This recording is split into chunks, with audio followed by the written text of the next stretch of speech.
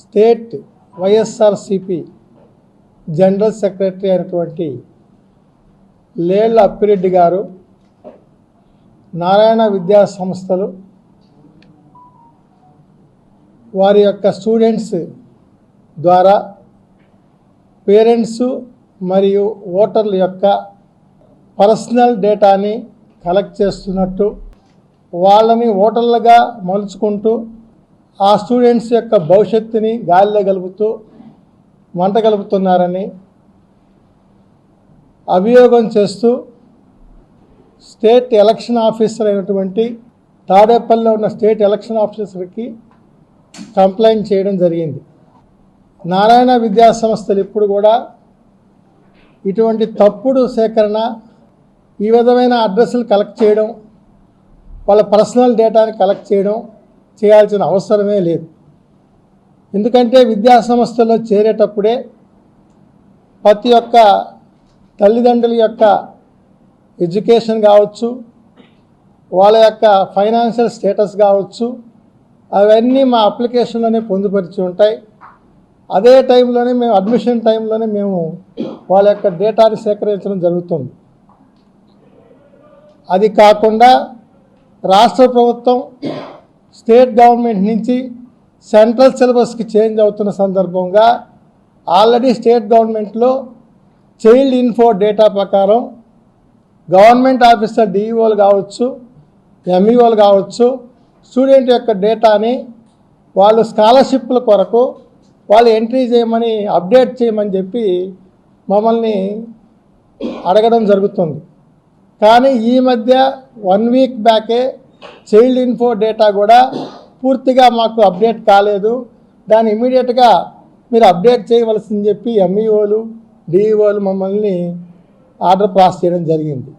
ఇదే కాకుండా కేంద్ర ప్రభుత్వం ఈ state government child info data కొత్తగా ఈ మధ్య ప్రవేశపెట్టిన యూడైస్ ప్లస్ అనే వెబ్సైట్ ద్వారా చైల్డ్ యొక్క డేటా మొత్తం సేకరించి అప్డేట్ చేయమని చెప్పి చెప్పడం జరిగింది.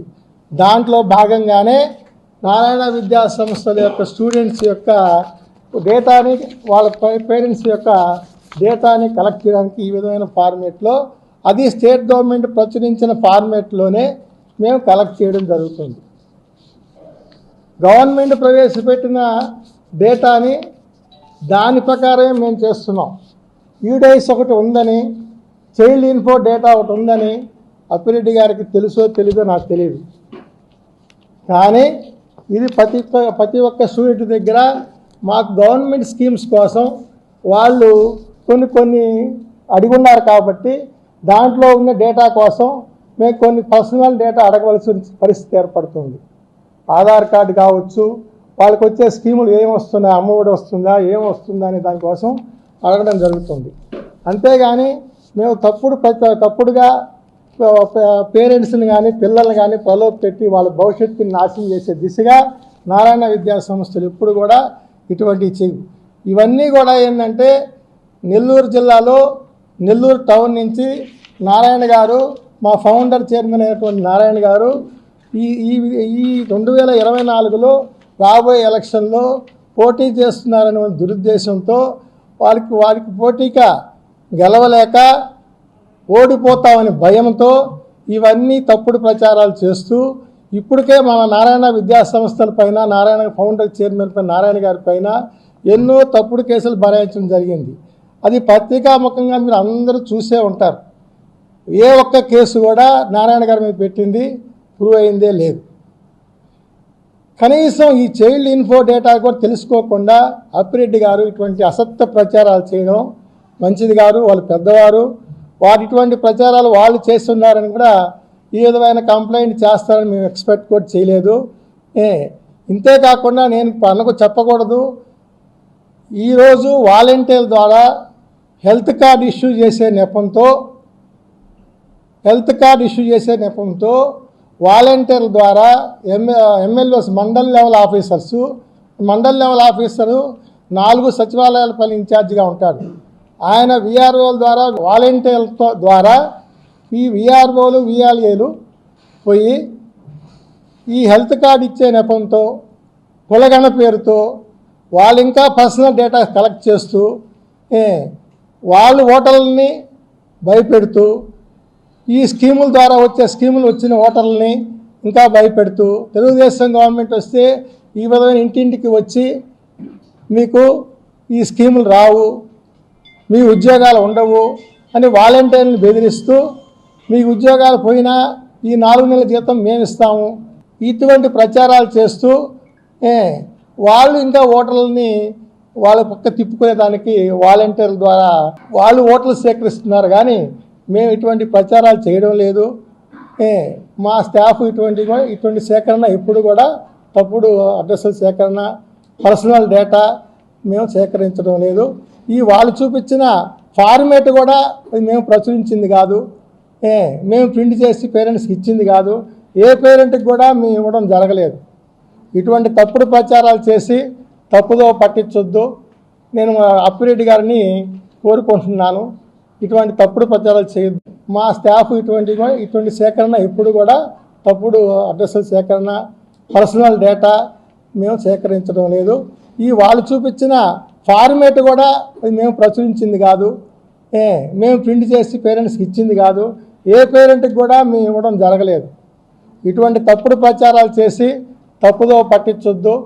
నేను అప్పిరెడ్డి గారిని కోరుకుంటున్నాను, ఇటువంటి తప్పుడు ప్రచారాలు చేయొద్దని కోరుకుంటున్నాను. వాళ్ళు బ్యాంక్ డేటా క్లియర్గా ఇచ్చున్నారు. యూడైస్లో ఆ స్టూడెంట్ యొక్క bank data, Aadhaar number, address, land mark, ఈ మొబైల్ నెంబరు, ఈ ల్యాండ్ మార్క్ కోసం వీటి కోసంగా ఇబ్బంది అవుతుందని వార్డు నెంబరు, డోర్ నెంబర్ అడగడం జరుగుతుంది. యూడైస్లో స్టేట్ గవర్నమెంట్ యూడైస్ కోడ్లో వెబ్సైట్లో పెట్టిన డేటా ఇది.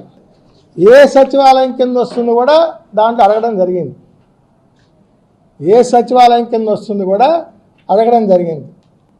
ఒకవేళ మేము పర్సనల్ డేటా కలెక్ట్ చేసినా మా స్టూడెంట్స్ నెల్లూరు టౌన్లో ఉండేది, స్కూల్స్లో ఉండే డేటా 10,000 మంది కూడా ఉండరు. నెల్లూరు సిటీ ఓటర్లు ఉండేది 2,35,000 మంది. నారాయణ గారు పోటీ చేయబోయేది నెల్లూరు సిటీ నుంచి. 10,000 మంది స్టూడెంట్స్ డేటాతో 2,35,000 మంది డేటా మేము కలెక్ట్ చేయగలమా? అప్పిరెడ్డి గారు ఇటువంటి తప్పుడు ప్రచారాలు మీరు చేయవద్దని నేను కోరుకుంటున్నాను. వైఎస్ఆర్సీపీ ఇక్కడ లోకల్గా ఉన్న లీడర్లు ఏదో చెప్పారని చెప్పి మీరు ఇటువంటి ప్రచారం చేయడం, ఎలక్షన్ కమిషన్ ఇటువంటి రిపోర్ట్స్ ఇవ్వడం అనేది తగదు అని నేను పత్రికాముఖంగా తెలియజేస్తున్నాను. సంస్థల పైన ఇంతవరకు ఇటువంటి ఫిర్యాదులు ఎప్పుడూ జరగలేదు.